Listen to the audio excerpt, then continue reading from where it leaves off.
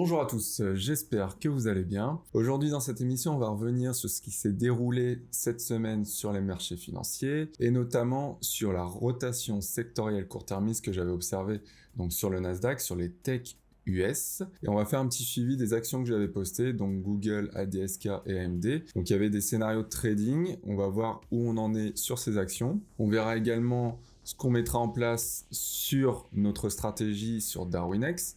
Donc quel scénario on va mettre en place pour la semaine prochaine, sur les indices notamment, et peut-être sur le Forex, je verrai ce qu'il en est. Et on verra enfin le compte DarwinX, donc on gère Boris et moi-même, qui sort enfin de sa congestion, puisqu'à l'heure où je vous parle, nous sommes à 12,85% sur le Darwin de rendement, donc ce qui commence à être sympathique. Comme d'habitude, cette vidéo n'étant rien un conseil en investissement, tous les scénarios qui vont être proposés ne doivent pas être suivis à la lettre. En attendant, passons tout de suite au graphique. Bon allez, pour commencer, je vais vous montrer déjà cette fameuse rotation sectorielle court terme sur les techs, donc sur le Nasdaq. CF, le ratio Nasdaq Dow Jones.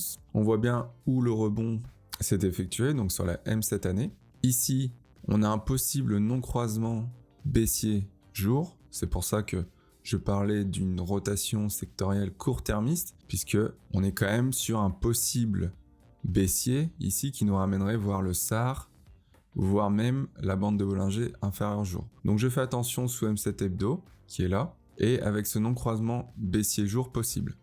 Mais en tout cas, on a quand même eu, avec cette M7 année, quand même un beau rebond pour les techs. Et justement, j'avais posté, après avoir posté ce graphe, j'avais fait des scénarios de trading pour AMD, donc là j'avais tout noté, donc en disant on rentre sur M7 année, on met son stop loss dessous, donc achat sur M7 année avec le SL juste en dessous, dans l'idée du refus de phase 3 baissière hebdo. Le refus de phase 3 baissière hebdo, c'est bien fait, puisque nous sommes allés voir la M7 hebdo en premier lieu, puis en deuxième lieu, la M20 hebdo. Donc dans cette idée, on coupe la moitié autour de M7 hebdo, puis le reste autour de M20 hebdo.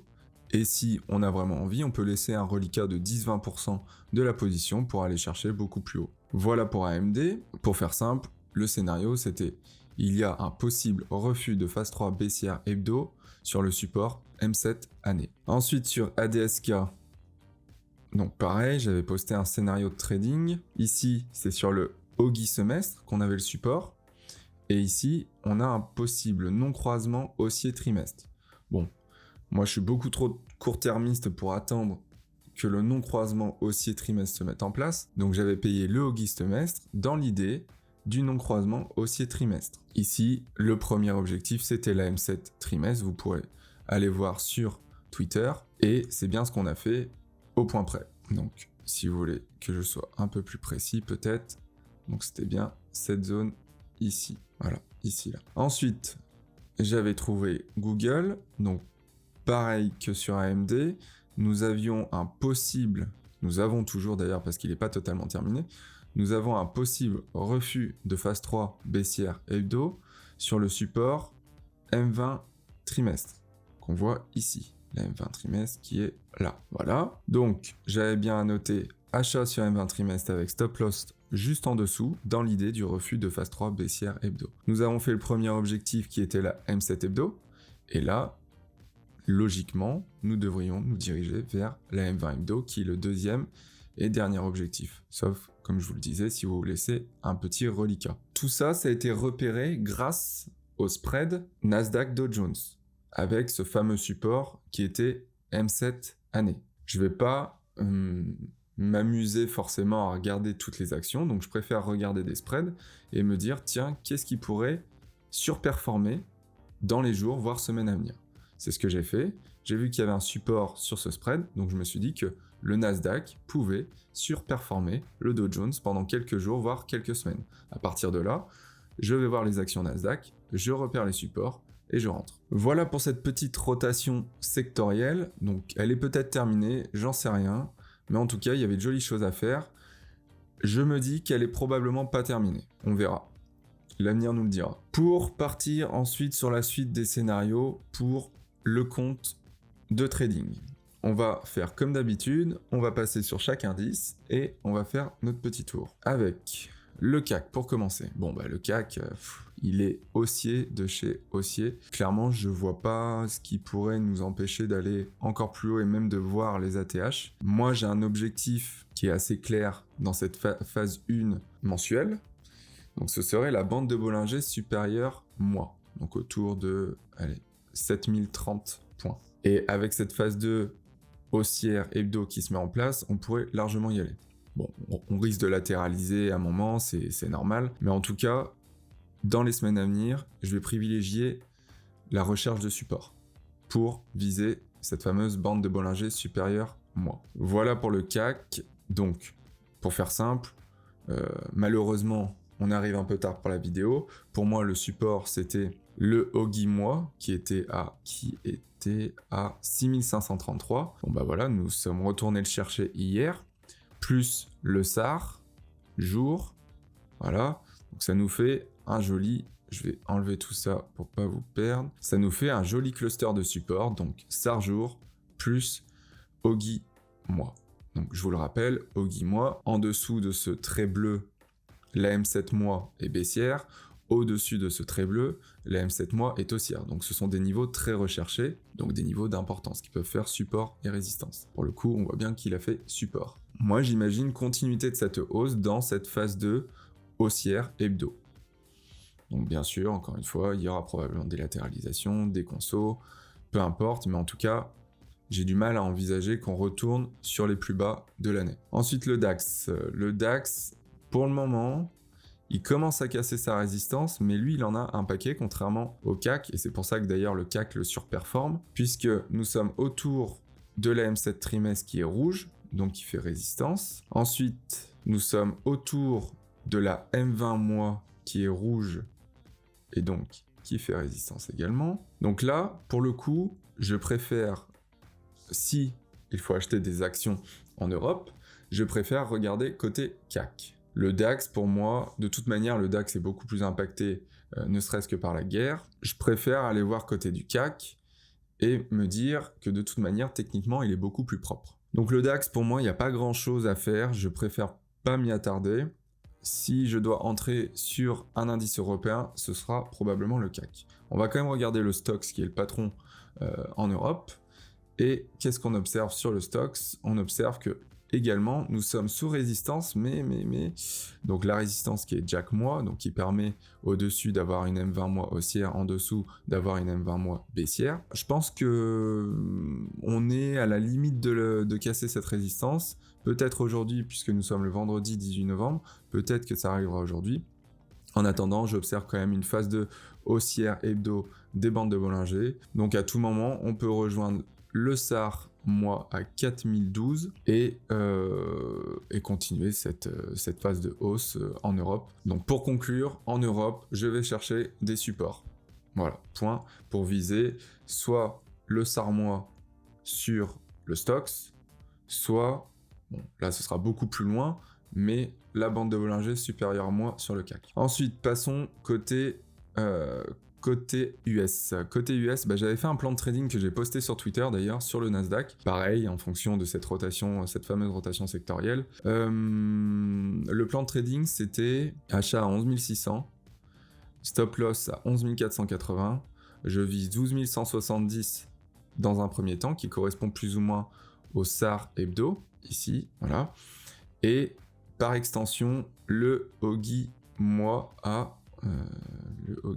12 642. Donc pour moi, le Nasdaq peut aller chercher son SAR hebdo, puis son Ogi mois dans les jours, voire semaines à venir.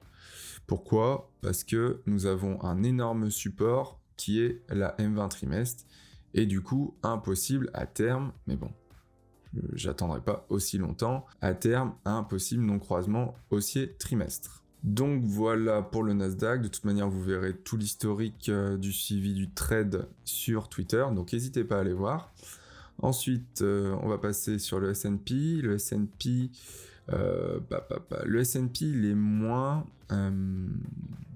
il est moins précis, je dirais, que le Nasdaq pour le coup, puisqu'il n'a pas touché son support nettement sur la M20 trimestre, et clairement, il rebondit sur quelque chose qui est un peu mou, puisque pour moi, il n'y a pas de réel support clair. Mais bon, il rebondit dans une sorte d'écosystème, on va dire, US, où le Dow Jones et le Nasdaq, eux, ont trouvé des supports. On verra après pour le Dow Jones. Pour le S&P, clairement, dans ce croisement haussier hebdo, donc M7 qui est haussière, M20 qui est haussière, donc M7 qui risque de croiser M20 à la hausse, donc c'est un pattern très haussier. On vise dans cette logique la bande de Bollinger supérieure hebdo, qui correspond également, comme vous pouvez le voir, à la M20 mois. En attendant, je préfère prendre des bénéfices quand même autour de Ogi mois, plus ou moins 4130 points, mais c'est totalement envisageable de faire Ogi mois, puis la bande de Bollinger supérieure hebdo. Encore une fois, je vais chercher ici des supports. Aujourd'hui, je ne traite pas, puisque comme je vous l'avais dit dans les émissions précédentes, les vendredis sont pas en notre faveur avec Boris. Donc on évite de trader désormais le vendredi. Mais semaine prochaine, voilà, je chercherai des supports et je pense que la M20 hebdo sera tout indiqué. On voit bien déjà le rebond cette semaine dessus, puisqu'elle est haussière, donc elle fait support. Donc voilà, je chercherai dans ces eaux-là, dans ces zones-là, et on verra bien semaine prochaine de toute manière. Mais voilà, en tout cas, je suis assez bullish pour les jours et semaines à venir. Ensuite, le Dow Jones. Donc le Dow Jones, comme je vous le disais, qui lui a trouvé un support au même titre que le Nasdaq. Il a tout cassé, clairement, il a tout cassé. Et je pense que pour le coup, le Dow Jones peut encore avoir de beaux jours devant lui quand je vois qu'il a cassé son Ogi mois, donc M7 passe haussière, M20 est haussière, seul bémol sur le Dow Jones, le Jack du mois prochain qui a fait résistance, on le voit bien quand on le reporte en jour et en hebdo, la résistance a bien été présente, mais je me dis qu'il y a quand même, une fois la cassure de ce Jack mois, la M20 mois continuera d'être haussière. Donc ça veut dire qu'on a un possible croisement haussier mois dans les semaines à venir. Ce qui veut dire que l'objectif de ce croisement haussier mois devrait être la bande de Bollinger supérieure mois. Donc au même titre que le CAC 40, je vise dans les semaines à venir la bande de Bollinger supérieure mois. Alors ça peut être délirant, puisqu'on est dans une période inflationniste, on est dans une période de guerre, mais techniquement, clairement, je vois pas pourquoi on ne referait pas les ATH. En tout cas sur le Dow et le CAC. Alors après, il peut se passer plein de choses, mais techniquement, c'est totalement envisageable. Et pour que ce soit totalement envisageable, et c'est pour ça qu'à mon avis, semaine prochaine, on aura peut-être une phase de conso, latéralisation, quelque chose. Peut-être pas un flux haussier, mais il faut casser absolument ce Jack à 33 874 pour libérer encore du potentiel haussier. Mais une fois qu'on aura cassé ça, clairement, à mon sens, la bande de Bollinger supérieure mois sera atteignable sans aucun souci. Voilà pour les indices. Je crois que j'ai fait le tour. Je vais pas forcément parler euro-dollar, j'ai pas grand chose à dire. Pour le moment, il latéralise, il monte un peu, c'est normal, il respire. Ça fait du bien aux indices, ça fait du bien à tout l'écosystème d'ailleurs. Ça permet de souffler un peu. De toute manière, dans 15 jours, je ferai une émission spéciale actions. Donc on va essayer de passer en revue pas mal d'actions, que ce soit US ou françaises, des actions que je trouve intéressantes. Je vais peut-être faire un petit tour côté Bitcoin, même si je le regarde plus trop parce que il se passe vraiment rien pour le coup. Il est totalement à la traîne. Ouais, bon, il n'y a pas grand chose à dire. Ce que je vis sur le Bitcoin, pour faire très simple, c'est les 13 880 qui correspondent à Jack trimestre, qui permet à M20 du coup de rester haussière tant qu'on reste au-dessus de ce trait vert, et du coup à Ogi plus 2 année qui permet à M7 année de rester haussière. Mais bon, on peut même l'enlever, lui, peu importe. Nous, ce qui nous intéresse, c'est ce fameux trait vert Jack trimestre qui permet d'envisager une potentielle hausse, un potentiel support, mais clairement, je vois rien avant, surtout avec ce reflux pile sous M7 mois, c'est pas anodin. Il se passe très peu de choses sur le Bitcoin, surtout avec les derniers éléments qu'on a eu, notamment avec FTX. Donc bon, voilà, il va falloir une capitulation, une dernière peut-être, j'en sais rien, mais en tout cas, il va falloir un support très fort pour pouvoir envisager une hausse directionnelle derrière, et Bon, faut-il encore y croire, mais en tout cas, je sais où sont les supports, et là, il y en a un à 13 880 que j'attends avec impatience, et d'ailleurs, je vais mettre une petite alerte, voilà, 14 139, voilà, allez, comme ça c'est fait. Voilà de mon côté sur les scénarios à mettre en place sur le Darwin la semaine prochaine.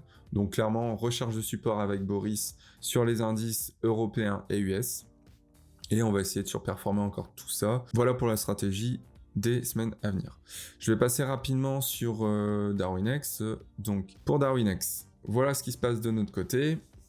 Donc c'est très simple, voilà, on a quand même pratiquement 30 000 $ d'investisseurs, donc 12 investisseurs, 30 000 $ d'AUM, ce qui nous fait très plaisir. Il y a beaucoup de gens qui nous font confiance, donc vraiment ça, avec Boris, on se donne à fond pour essayer de pas les décevoir. On a un rendement proche des 13%.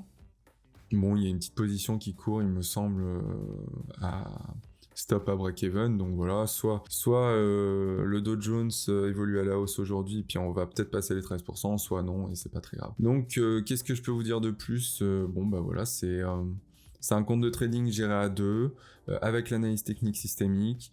Beaucoup de personnes nous font confiance, ça fait énormément plaisir, il y a de la performance, que dire de plus, on est assez ravis avec Boris, et puis on va essayer de continuer comme ça. De toute manière, on travaille en équipe et je trouve que ça porte ses fruits. De toute manière, nous sommes le garde-fou l'un à l'autre, donc quand il y en a un qui est pas d'accord avec l'autre, on se le dit. Et je trouve que ça fonctionne très bien comme ça. Donc on se souhaite la meilleure réussite dans les mois, même années à venir. Et voilà. Donc n'hésitez pas, il y a le lien dans la description. Donc vous pouvez le voir en temps réel, le rendement est mis à jour en temps réel, le drawdown, toutes les statistiques ici, vous pourrez aller voir, vous donne quand même pas mal d'indications sur ce qui se passe dans notre stratégie, dans notre gestion. Après vous pouvez aller voir tous les onglets ici, regardez un peu de votre côté. Si vous avez des questions, n'hésitez pas à venir vers moi aussi, ou vers Boris. Si cette vidéo vous a plu, likez, partagez. Je pense que ça se fait rarement sur le YouTube français, ou en tout cas en France, de partager autant d'éléments sur la gestion d'un compte de trading, parce que clairement, il est en totale transparence. Les scénarios sont donnés en amont, ils sont suivis. Vous pouvez les voir en temps réel sur le compte de trading s'il fonctionne ou pas. Donc je pense que ça peut être... Enfin, je crois en ce concept et j'espère vraiment qu'il évoluera et j'espère vraiment qu'il vous plaît, sincèrement. Donc voilà, on va passer à la conclusion et encore une fois, n'hésitez pas si vous avez des questions. En tout cas, je vous remercie d'avoir regardé cette vidéo. Comme d'habitude, je vous mets dans la description la première vidéo de l'analyse technique systémique pour poser les bases. Donc si vous ne comprenez pas certains points des scénarios mis en place dans cette vidéo, n'hésitez pas à aller la voir. Elle vous donnera une bonne partie de la théorie de l'analyse technique systémique. Vous trouverez également en lien le compte DarwinX, donc mis à jour en temps réel, donc en totale transparence. N'hésitez pas à aller voir. Et je vous mettrai également, donc en vignette, la dernière vidéo de la gestion d'un compte de trading. Et je vous dis à dans 15 jours, on fera une émission spéciale action. Je vous souhaite une très bonne journée. N'hésitez pas à liker, à partager si cette vidéo vous a plu. Et je vous dis à dans 15 jours.